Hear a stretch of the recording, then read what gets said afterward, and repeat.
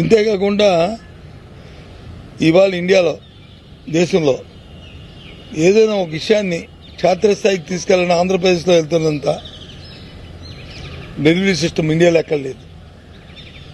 మన సచివాలయం వాలంటీర్ వ్యవస్థ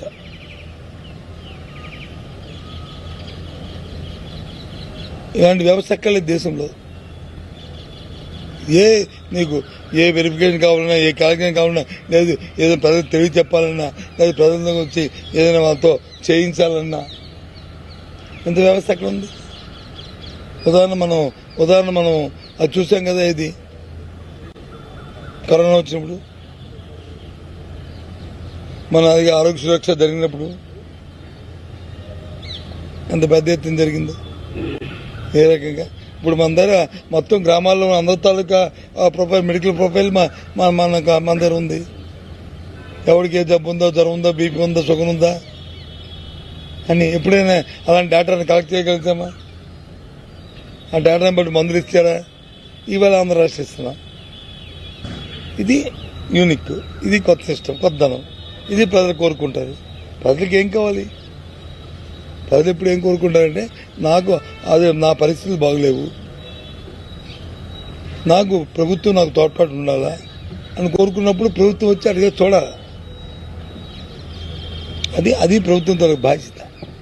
సమాజంలో ఎవరైతే అట్టడుగు వర్గాలు ఉన్నాయో, ఎవరైతే ప్రభుత్వం ఆధారపడి బతుకుతున్న వారు ఎవరైతే ఉన్నారో వాళ్ళ కోసం ప్రభుత్వాలు ఆలోచన చేయాలి.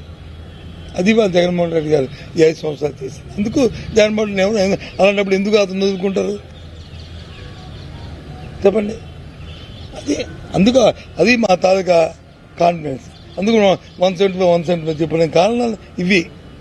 తెలుగుదేశం పార్టీ చెప్పానండి ఏదైనా వాళ్ళ కాన్ఫిడెన్స్ కారణాలు. ఎంతసేపు వేస్తారు మాకు జగన్మోహన్ కోపం, మా TV5 చూసి వేస్తారు, మా ABN చూసి వేస్తారు, ఈటీవీని చూసి వేస్తారు, లేకపోతే వాళ్ళు మాట్లాడుతున్న సాయంత్రం 7 గంటలకి చదువుతున్న పనికి మళ్ళీ డిబేట్లు చూసి వేస్తారు అనుకుంటారు. సరే బ్రహ్మ, సరే పోనీయండి అనుకునేయండి. అంటే ప్రశాంత్ కిషోర్ నిన్న మొన్న నుంచి జాతీయ మీడియాలో మాట్లాడుతున్నారు, జగన్ ఓడిపోతున్నారు, ఆయన పైకి మేకపోతే అదే మరి ఈరోజు కూడా మాట్లాడారు. అది చెప్తాను. ప్రశాంత్ కిషోర్ అంటే బ్రహ్మ అండి, బ్రహ్మ అదేమైనా బ్రహ్మంగారు తెలియదు. బ్రహ్మ క్యాష్ పార్టీ మీరు అనొచ్చు. మీరు కూడా ఎస్, ఆ రోజు మేము కూడా భ్రమలో ఉంది ఏదైనా తీసుకొచ్చాము. అది తర్వాత చూసాం తత్వం, ఇది కమర్షియల్ రా బాబు, ఇది ప్రాక్టికల్గా లేదు, ఇది వేస్తూ అనుకున్నాము.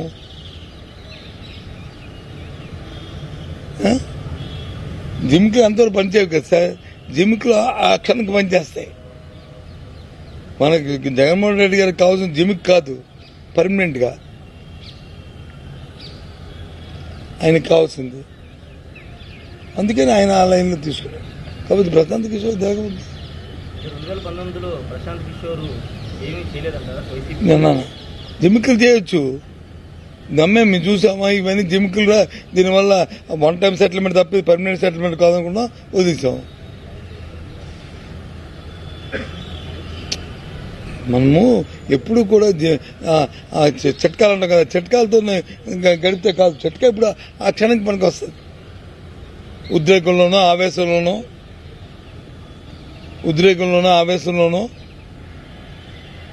అప్పుడున్న సెన్సిటివ్ సందర్భాలను పనికి వస్తుంది తప్ప ఎల్లవేళ పనికిరాదు. ఎల్లవేళ ఏది పనికి వస్తుంది? పర్మనెంట్గా మనం చేసిన కృషి, మనం చూపెడుతున్న పరిస్థితులు, మనం ఇస్తున్న గవర్నెన్సీ, వాడికి జరిగిన మేలు, వాడి కుటుంబంలో జరుగుతున్న పెరుగుదల, అవి పనికి వస్తాయి.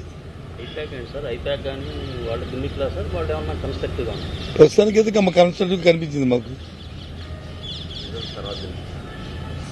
రిజల్ట్స్కి సంబంధం లేదు. తప్పు రిజల్ట్స్తో వాళ్ళని పెట్టుకోవడం తప్పు. 2 పాయింట్లు ఏదైనా చెప్తావు నాకు, చేసేవాడిని నేను, తర్వాత అనుభవించేవాడిని నేను. వాళ్ళకేం పోయింది? వాళ్ళు మన్నాడు వెళ్ళిపోతారు. ప్రశాంత్ కిషోర్ కానీ, ఐపీఐ కానీ, ఇంకొకరు కానీ పర్మనెంట్ ఎవరు? వైసీపీ పార్టీ పర్మనెంట్ ఎవరు? జగన్మోహన్ రెడ్డి పర్మనెంట్.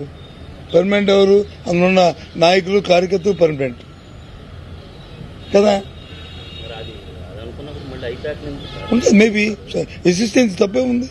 నువ్వు ఉన్నావు, నువ్వు అనుకున్నప్పుడు నేను నీ చేతిలో ఫోన్ ఎందుకు? అంతే అంతే సపోర్ట్. నువ్వు అది కాదు మరి కాదు, దేనికైనా ఒక కోఆర్డినేషన్ ఉండాలి కదా. ఫోన్ ఎందుకు? కోఆర్డినేషన్ కదా, కమ్యూనికేషన్ గ్యాప్ కదా ఇది. నువ్వు అంటే మీ బాస్ చేయగా నువ్వు అത്ര కదా పెట్టుకున్నావు.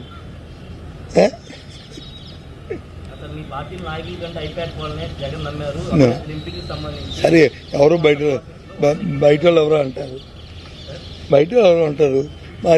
ఐపాక్లో వచ్చి 3 పేర్లు చెప్తారు. మా లీడర్ వచ్చి 3 పేర్లు మా లీడర్తో కన్సల్ట్ చేసుకుంటాడు. వీడు బాగున్నాయంటే అవుద్ది. ఐపాక్లో 6 ఇస్తారు, 6 ఉంటారు అక్కడ. అభ్యర్థంగా ఇచ్చిన 6 ఇచ్చేస్తారు, ABCDEF అని. అది కాకపోతే ఇది కాకపోతే ఇది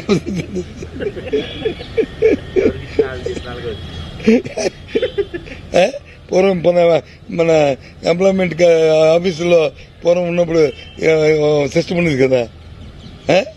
అందరి దగ్గర కలెక్షన్ చేసి ఎవరికి వచ్చినా జాబ్ లెటర్ నేను ఇచ్చేవాడు అని చెప్పుకునేటట్టు ఉండేది. ఆ టైపు తప్పే ఉంది. అదే రాస్తారు పేరు పక్కన వచ్చి వాడి తాలూకా పాజిటివ్ నెగిటివ్, పేరు పాజిటివ్ నెగిటివ్. 6 ఉంటారు, 6 ఎవరిచ్చినా అనిపిందే.